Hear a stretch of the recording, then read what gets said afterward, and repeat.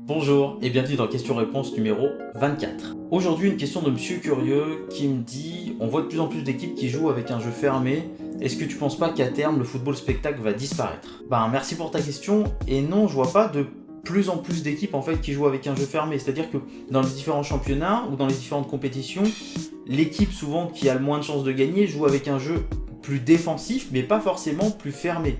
Et on a différents types de jeux. Tu as le jeu de possession, le jeu de contre-attaque, tu as les équipes qui attendent très très bas et contre, tu as des équipes qui vont quand même presser mais ne veulent pas forcément la possession, tu as des équipes qui pressent beaucoup avec la possession, enfin il y a plein de types de jeux comme ça et le problème c'est que ce genre de point de vue est souvent très subjectif puisqu'il y a un ou deux styles de jeu qui nous plaisent et les autres on trouve que c'est des jeux soit trop fermés, souvent c'est ça, on entend des gens qui disent voilà ça c'est trop fermé, c'est trop défensif, c'est pas spectaculaire. Non, le jeu défensif et par exemple en contre-attaque peut être spectaculaire. La preuve, l'Atlético, Chelsea, ce sont des équipes qui marquent des buts mais qui restent quand même des équipes avec un fort bloc défensif qui jouent plus en contre-attaque que des équipes qui jouent sur la possession comme le Barça, comme le Bayern. Et on a aussi des équipes qui jouent sur un mix des deux, qui sont capables d'un grand panel. Je pense à la Juve, je pense au Real, qui sont capables un petit peu des deux. Manchester City, Manchester United aussi sont dans ce cas-là. Même si United a une solide défense, mais on renie pas la possession. Et si on doit jouer en contre-attaque, on jouera en contre-attaque. Le jeu fermé, on l'a eu dans les années 80, 90, il y a eu avant, même avec le Catenaccio qui a commencé, c'était vraiment un jeu très fermé où dès qu'on marquait un but, on se repliait très très fort pour défendre.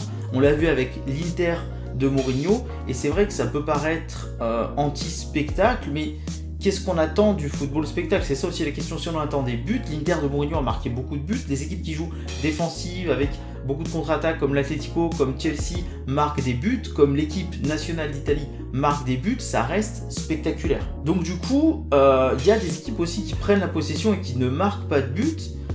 Donc je pense qu'il faut de tout, il faut s'adapter à l'adversaire. Le football est un spectacle, on est d'accord, mais il y a aussi des enjeux qui sont importants, il faut faire des résultats, il faut réussir à mêler tout ça. Il y a quand même beaucoup de buts qui se marquent sur les différents championnats. La Ligue 1 est un championnat où il y a de plus en plus de buts qui se marquent d'année en année. Là je parle de ces dernières années, en l'occurrence les années post de 2010, 2012, voilà. On a quand même pas mal d'équipes qui arrivent à marquer pas mal de buts. Donc non, je trouve pas que le spectacle est réduit et je trouve pas non plus qu'il y a de plus en plus de jeux fermés. Voilà, j'espère que j'ai répondu correctement à ta question. N'hésitez pas à mettre le pouce bleu et à partager la vidéo si elle vous a plu. Je vous invite aussi à vous abonner à la chaîne, qu'on soit de plus en plus nombreux pour que mon foot à moi devienne notre foot à nous.